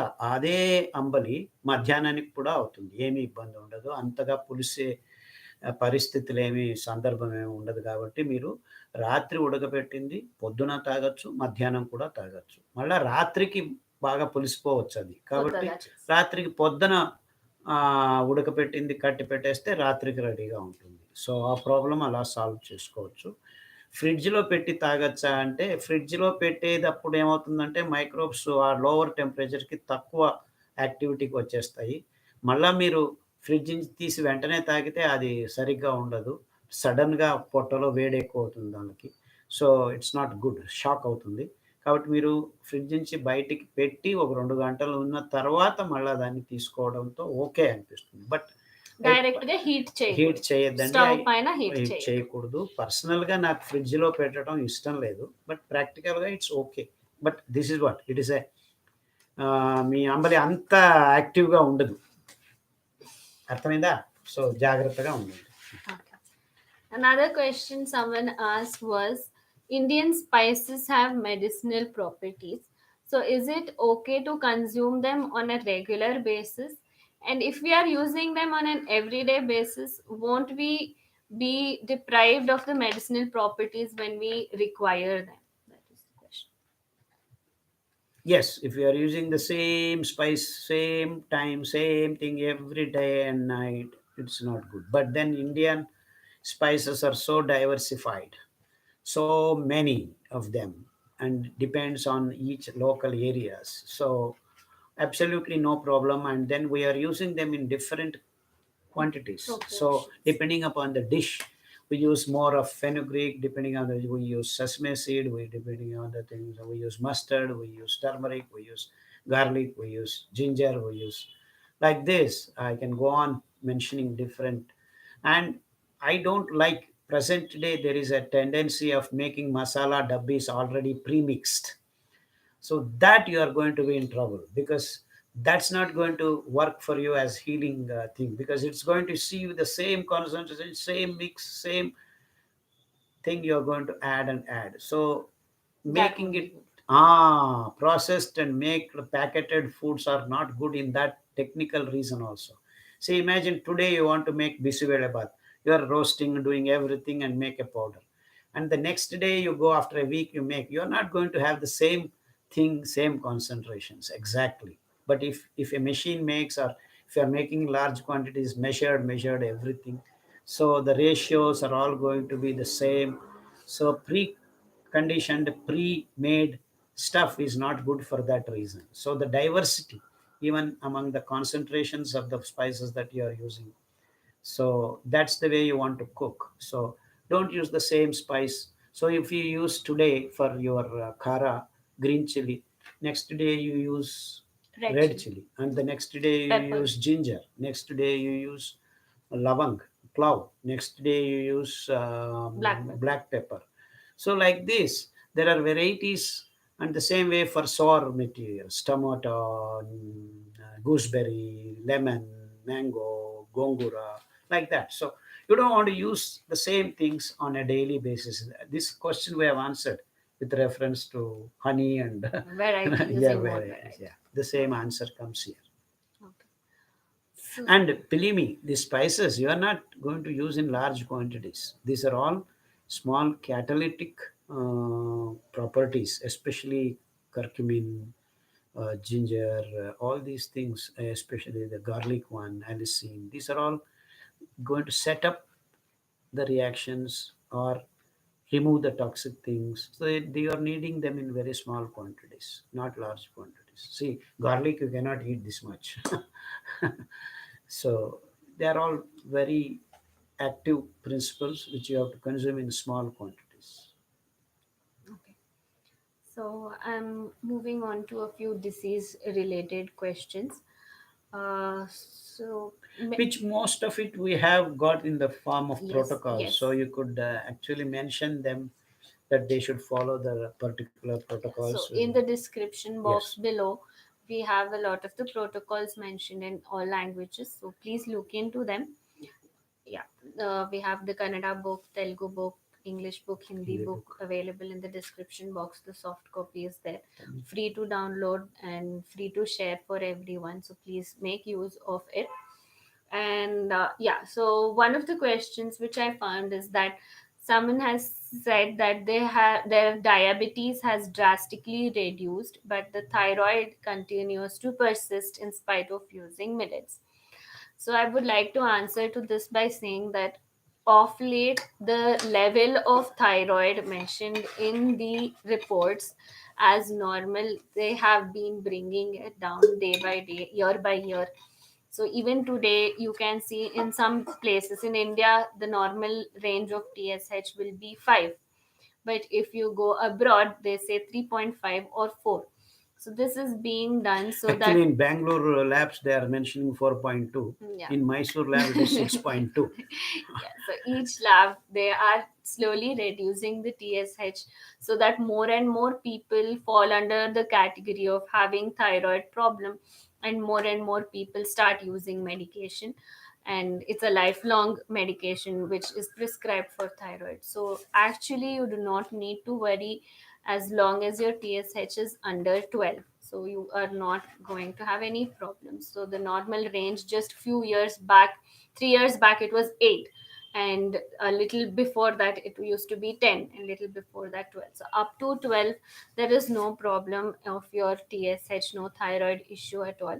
And thyroid patients, even if you have 12 or 8 or 6, and you think you have problem, personally, I have seen many people. Once they are labeled with these doctors or thyroid patients, they, even if their thyroid has come to 2, after coming to our clinic, they continue say, I'm a thyroid patient. So please, you can actually just drink Niger seed oil and coconut oil alternatively every week for a few more months. You will have perfect body health, nothing to worry. So first you have to unlearn that you are a patient. Once you are better, you are a healthy person. So this unlearning is very important. But the sad story is present today you are labeled. You are a BP patient, you are a diabetic patient, and You go and ask these doctors, they say you're lifelong. That's why people carry this image that they are patient forever. And that should be first unlearned, because now we have methods of getting rid of all these so called chronic diseases by just changing your lifestyle. And that is the future. That is the future. Okay. So, a lot of people asking about type 1 diabetes. So, I think we should answer that again. Go So, ahead. Go ahead. yeah. So, type 1 diabetes, in especially children, parents being very much concerned about that. The protocol of millets is the same. You need to follow 2 days each of all the millets. The kashayams are also the same. The decoctions are the same as type 1 diabetes. An additional thing which is very important for type 1 diabetes would be the oils. So, consuming ghani oils like coconut oil, Niger Nitrous, oil, and sesame. sesame oil, 2 spoons of this oil on empty stomach every day in rotation, each one for a week, is very important to stimulate the pancreas again to produce Not insulin. only pancreas, many of the endocrine Yeah, gland systems, all yes. hormone related complaints. So this would be an additional thing which you need to do if you have a child having type 1 diabetes. And I would also like to point out that usually as the kid grows, if they are not on this lifestyle, their units of insulin tend to keep rising. So if they start off with 5 units of insulin, as they grow the requirement grows, and by the time they reach the age of 15, 16, adolescents, they're on 40 units of insulin, and they soon end up with the problems of side effects of insulin. So even with the millet diet, some of the children have been able to get rid of insulin completely. Some may still require a minimum dose of insulin to be given, but even these children do not have problems with growing problems. Many of them, if not on this lifestyle, tend to have a stunted growth, tend to have problems when they're reproductive, like girls not having their menses properly. So all these kind of problems can be avoided by using millets, and even the reduction in insulin units, Oops. As and they grow. some even as they grow have been able to get rid of insulin Yeah, completely completely. Completely. in, Without insulin, now yeah, their kids happily living. in a span of 2 years they can be doing that. Sometimes 3, 4 years also it may take. Yeah. So it's not So that. in juvenile diabetes, the time period for healing may take longer. Say now, a fellow who is 28-year-old comes and says diabetic. Hundreds of patients have come out of that condition in a matter of 3 months to 6 months. But then we have 100 juvenile diabetic cases. The time period is much protracted, like 3 years, 4 years sometimes. So you want to have that information already, especially parents are impatient, and we do understand that, but then the nature of the beast is that we need time. So even if the level of insulin is not rising as the child grows, That it's a itself is a huge good success. yeah, huge What you're success. doing is Yeah. really working. Okay. Another question was repeated infection of the tooth, and we usually suggest charcoal powder, activated charcoal, to be used to brush the teeth. And other than that, what else can be done is a question which has come up. Especially pongemia leaves and Stem. stem, goa leaves and stem, they work wonders. Of course, to relieve the pain, you have the clove oil and all that. They are very long, old Known, remedies. well Yeah, known well known remedies. remedies. To reduce To the infection, you can infection, chew on pongemia open. sticks or Yes, pongemia leaves yes. or neem stick and neem leaves.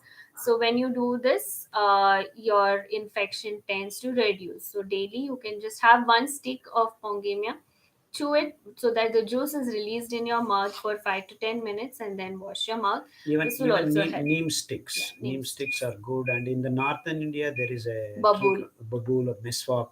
meswak. Yeah, So all these all these can are very good stuff. additionally help to And the cleanse the first and mouth. foremost important thing is you do not want to eat chocolates, Sugar. sugar, cakes, all this nonsense you have to get out of.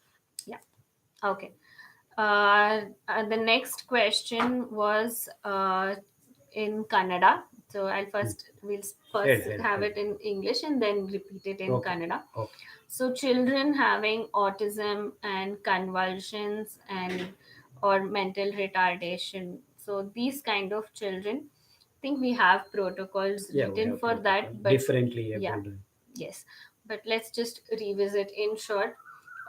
Foxtail millet and brown top millet are the two millets which you need to use more. So The two nervous days, system is involved yeah, in it. two Yeah. days of foxtail millet, 2 days So, of a brown top top millet millet, and the other remaining three positive millets 1 day each. each for a week. Yeah. Strictly only millet diet, not one meal of Absolutely. rice, one meal of ragi. You need to get rid of all those things. Next is the decoctions. Ruta graveolens is a very good decoction.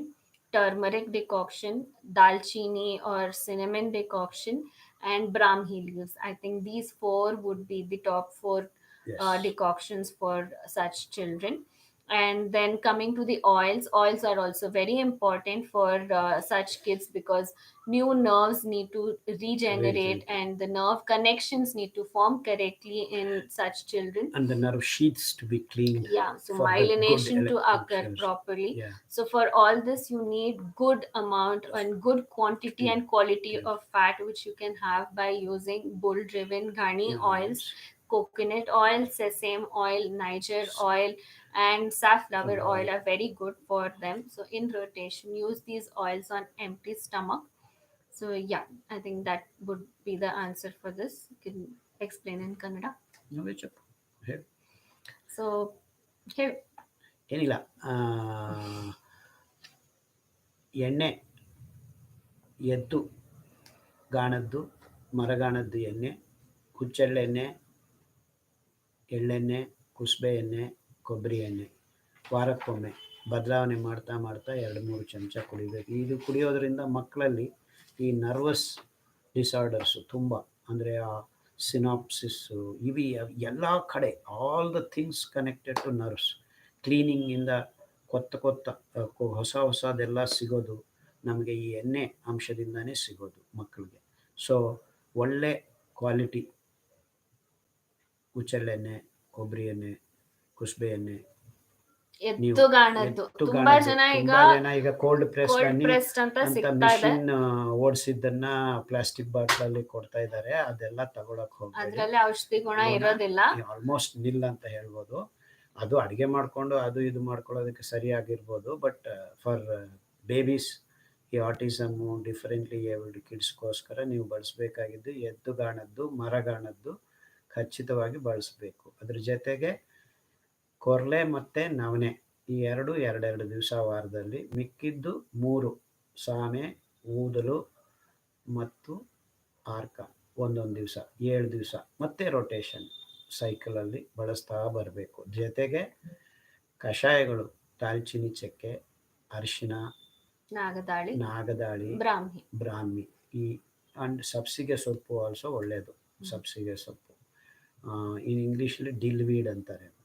So ಈ ಕಷಾಯಗಳನ್ನು ಮಕ್ಕಳಿಗೆ ಬಿಡದೆ ಕುಡಿಸ್ತಾ ಬರಬೇಕು ವಾರ ವಾರ ವಾರ. So ಮಧ್ಯದಲ್ಲಿ ಒಂದು ದಿವಸ ಆ ಕಡೆ ಹೋಗಿದ್ವಿ, ಪೂರಿ ತಿಂದ್ವಿ, ಗೋಧಿ ಪೂರಿ, ಮತ್ತು ಆ ಮನೆಗೆ ಹೋಗಿದ್ವಿ, ಜೋಳದ ರೊಟ್ಟಿ ತಿಂದ್ವಿ, ಆ ರವೆ ಉಪ್ಪಿಟ್ಟು. ಥರದ್ದೆಲ್ಲ ಮಾಡೋಕ್ಕೆ ಹೋಗಬೇಡಿ. ರವೆ ಇಡ್ಲಿ, ರವೆ ಲಡ್ಡು ಇಂಥವೆಲ್ಲ ಮಾಡೋಕ್ಕೆ ಹೋಗಬೇಡಿ. ಸೊ ಕಡ್ಡಾಯವಾಗಿ ಈ ಜೀವನ ಶೈಲಿಯನ್ನು ಪಾಲನೆ ಮಾಡಿದರೆ ತುಂಬ ಮಕ್ಕಳು 6 ತಿಂಗಳಿಂದ 2 ವರ್ಷ ಒಳಗಡೆ ತುಂಬ ಒಳ್ಳೆ ಪಾಸಿಟಿವ್ ರಿಸಲ್ಟನ್ನು ಕಂಡುಕೊಳ್ತಾ ಇದ್ದಾರೆ. ಜಾಗ್ರತವಾಗಿ ಮಾಡಿ, ಸರಿ ಹೋಗುತ್ತೆ. ಅವ್ರ ಪ್ರಶ್ನೆ, ಮಗುಗ್ ಆಲ್ರೆಡಿ 15 ವರ್ಷ ಆಗಿದೆ, ಈಗ ಉಪಯೋಗ ಇದೆಯಾ? ಆಗತ್ತೆ. ಇನ್ಫ್ಯಾಕ್ಟ್ 24 ವರ್ಷ ಈ ಮೆಂಟಲಿ ರಿಟಾರ್ಡೆಡ್ ಕಿಡ್ಸೂ ಶುರು ಮಾಡಿ 2-3 ವರ್ಷದಲ್ಲಿ ತುಂಬ ಪ್ರೋಗ್ರೆಸ್ ಕಂಡುಕೊಂಡಿದ್ದಾರೆ. ಪೂರ್ತಿ ನಾರ್ಮಲ್ ಆಗ್ತಾರೆ ಅಂತಲ್ಲ, ಬಟ್ ಅವ್ರಿರೋ ಪರಿಸ್ಥಿತಿಗಿಂತ ಎಷ್ಟೋ ವಾಸಿ ಆಗುತ್ತೆ. ಚಿಕ್ಕ ವಯಸ್ಸಲ್ಲಿ ಶುರು ಮಾಡಿದವರು ಬೇಗ ಎಷ್ಟೋ ಜನ ವಾಸಿ ಆಗುತ್ತೆ. ಅವ್ರ ಕೆಲ್ಸ ಅವರೇ ಮಾಡ್ಕೊಂಡು ಸ್ವತಂತ್ರವಾಗಿ ಜೀವನ ಮಾಡೋ ಲೆವೆಲ್ಗೆ ಬಂದಿರೋರು ತುಂಬಾ ಜನ ಇದ್ದಾರೆ. ಇನ್ಫ್ಯಾಕ್ಟ್ ತುಂಬಾ ಮಕ್ಕಳು 10ನೇ ಕ್ಲಾಸು 60%ಗಿಂತ ಮೇಲೆ ತಗೊಂಡು ಪಾಸ್ ಆಗಿರೋರು ಇದ್ದಾರೆ ಆ ಥರ. ಸೊ ಯಾವುದು ನಾವು ಇಷ್ಟು ಹಿಂಗೆ ಅಂತ ಹೇಳೋಕ್ಕಾಗಲ್ಲ.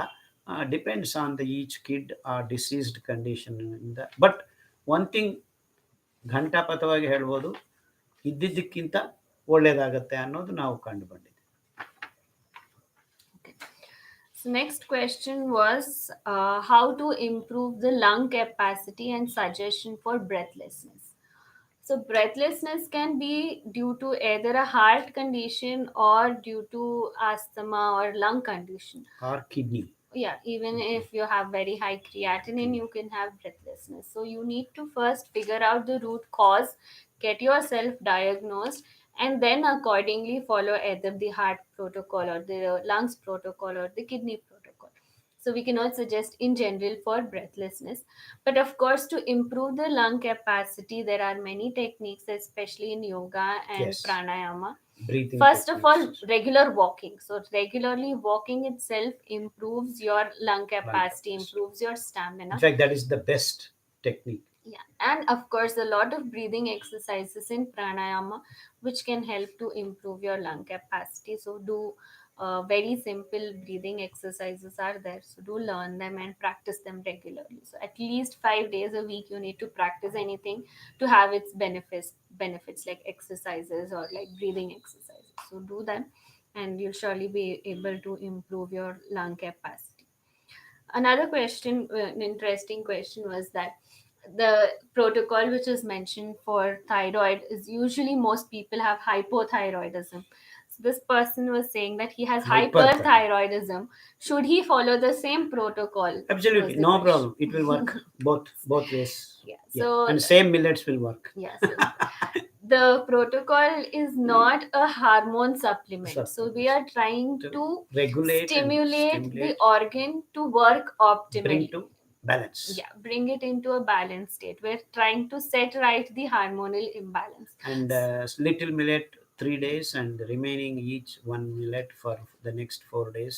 Rotate. So that's how these millets and kashayams work. They don't directly, they're not the hormone itself. They're trying to set right the Correct the imbalance in balance. the body, try to make the organ or the gland work in an optimum level.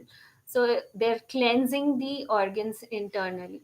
So the protocol, though it seems a little off, that this it's the same for both hyper or Actually, the hypothyroidism. same thing you will Yeah. find in your losing weight or gaining weight.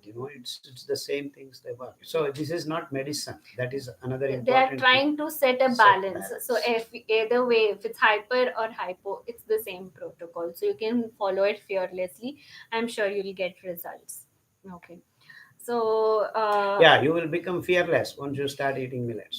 yes, next question was a person living in Jammu who is working in the army having high cholesterol. So they were asking what can be done.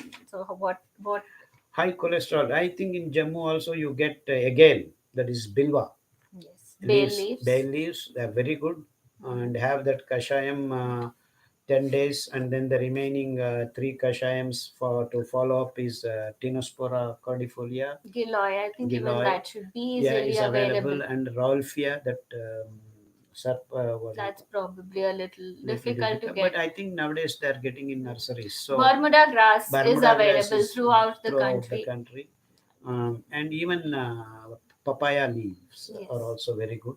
And of course, juices which help to Juices, bring down cholesterol blocks are cucumber, cucumber, uh, ashgord, ashgord, and bottle and guard. bottle And gourd. all these three are also available throughout the country. Yes.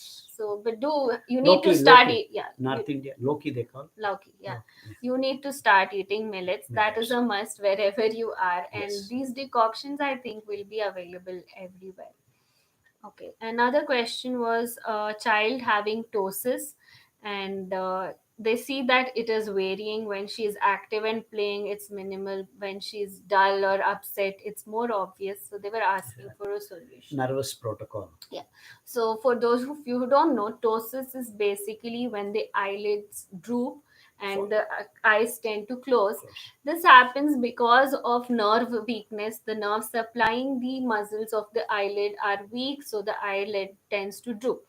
So for this, the protocol would be the same as the nerve protocol, which you will find in any of the books. So please do follow this protocol. I'm sure when you're saying that it's minimal when she is active, it means that it's not very severe, and I'm sure it can be corrected if you follow the nerve protocol. Yeah, just an outside suggestion. You could also visit a good homeo doctor. Yes, The very good good medicine. medicines in homeopathy for doses. Okay. Another interesting question. I really like this question that people having their gallbladder already removed surgically, they say that they need to take bile salt supplements. So, is this true and will they result in vitamin deficiency if not? No, gallbladder is not the storage area for vitamin D. No. So, Let me answer this. So, yeah, the vitamin A, D, E, K are fat soluble vitamins, and that is why, and since the gallbladder is involved in concentrating bile juice, concentrate. which is responsible for fat digestion. So, this is the connection. So, many people may not be understanding the connection between vitamin deficiency and gallbladder removal. The role of the gallbladder in the body is to concentrate your bile juice, and this is the juice which is required for fat digestion. So someone who has their gallbladder surgically removed tends to have a problem with fat digestion, and thus can have a vitamin deficiency of the fat soluble vitamins. But it's not a must that you use bile salt supplements, because the gallbladder is not secreting the bile juice. It's the So liver which is secreting the bile. It's the gallbladder which is only concentrating it. So even if your gallbladder is removed, your bile production is there. It's just that it's a little diluted in form. So the efficiency is less, but it's not going to completely be, it's not that you don't have fat I don't digestion have fat at all. digestion at all. Yeah. So ensure you do consume good oils, the Garni oils, which are rich in fat soluble vitamins, so that you get enough and you do not need to take bile supplements. That would be the answer. This was a unique question which I came across for the first time, so I thought it was really important to Yeah, yeah. answer it. Good one. Yes. A good one. Okay, a lot of people here live, which I'm seeing also, and have asked a frequent question is hair fall, excessive hair fall. What do Mm. we do for this? Go ahead. Uh, Hair fall looks very, it's the most complicated disease, I can tell you. Starting from water, Yes. all the plastic that has taken over all our food materials and the hormone imbalance. You see, anything can be a reason. Yes. So So it's so it's difficult. complex. Cards So are you very can have complex. hair fall Hair if you fall, have yeah, plastic as in your food, food, any form of plastic, like through water, through water oil, through bottles, and the milk, through oil, your milk. So plastic containers. sachets of all kinds that you are taking food, especially the Europeans and Americans, oh, everything plastic, plastic, It's the plastic. same here Yeah, now. and Yeah. nowadays, now we are also, last 10 years, we have also become like that. So that is the most important thing you want to get out of. So The plastic forms a lining inside your intestine which the small prevents you intestines to from absorb. absorbing It's like micronutrients, selenium, zinc, copper, zinc, which are very molybdenum. essential for your hair growth and the hair health. So, when you do not have the important ingredients, you start losing your hair, and then I have got 20-year-old kids becoming bald, and other way around, girls having hair on their faces, losing the hair where they should have. See, all these imbalances have to be corrected. So the best way is to clean your water, even if you have from plastic dabbas, plastic big tanks.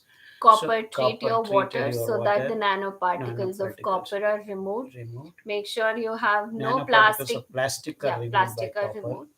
Make sure that you don't have plastic containers, plastic for your milk, plastic contact for your oils. Oils, So the first step is water, then is removing plastic, then the next thing is of hormone course imbalance, correcting the hormone imbalance. A imbalance, major cause for hair loss is hormonal imbalance. balance. So you need to stop eating milk And and many milk people think products, it's because of their dandruff and this and that, but they're all actually the external factors. results Yeah. of not having the internal system right. So you have dandruff because you don't have the right nutrients going into your skull and then helping your hair to be healthy. So Unless you remove the internal problem, you cannot get rid of all this. So these all ads having shampoo, removing the thing, all these are bogus things. They're all wrong information they are giving. For that particular day, you will have the Next day clean. again Next it's day again back. it comes. So the real So cure you need to set lies from right within. the hormone balance Yes,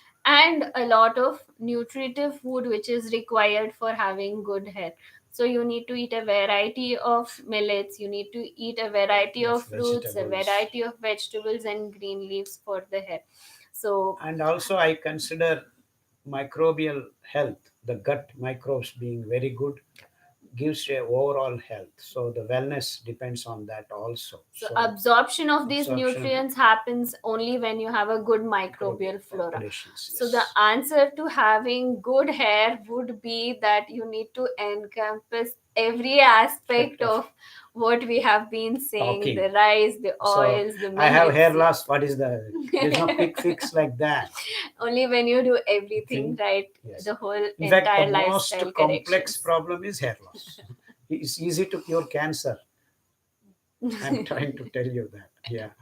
Yes. So person saying that if he has complete baldness, is there any hope? So Yeah, yes, if his age is young, below 40, below 35, 40, yes, you can get it's back your still hair. possible if you do all these things. So Yes. And we do have some cases yeah. like that. So a lot of people asking questions like, I have complete body vitiligo. Is it possible to? Is there any hope? So someone asking that they had injured their eye optic nerve in an accident. Is it possible to get back? Is there any hope? So in these kind of severe conditions, we cannot say that it will definitely happen, but you don't know until you try, right? So don't have no hope at all. Set everything right in first and then see what happens. And let me tell you a case where a lady who had paralysis since 12 years had completely given up hope, like many of you. But after starting millets, within 6 months, she regained the movement of her fingers and is now able to walk. So it's never too late. That So means she was there on the bed for 12 years. Now she's walking. yeah. That's the point we're trying to communicate. So it's never too late. So don't think that there is no hope. So unless you try, unless you do everything right, you cannot say that it's not possible. So do try, and I think, yeah, lot more questions Yeah, which I I don't think have. we can answer all the questions, and we'll try to answer some more in the next coming sessions. And thank you all for hanging out with us, and a Yes. lot of you people. And Many more questions to be answered, which we had noted down, but due to lack of time, we were not able to. But don't be disheartened. We'll be back again soon. Stay tuned to the channel, and we'll let you know probably in the next month itself. We'll have another question and answer session. We'll let you know the date and time, and we will surely be answering all the questions which we have got already, and probably will be taking a few more. So thank you all for watching, and I hope this has been an informative session for all of you. We'll see you soon sometime in the near future. Sarve Janaha Sukhino Bhavantu. Be at ease. Yes. Take care. Take care. Thank you all.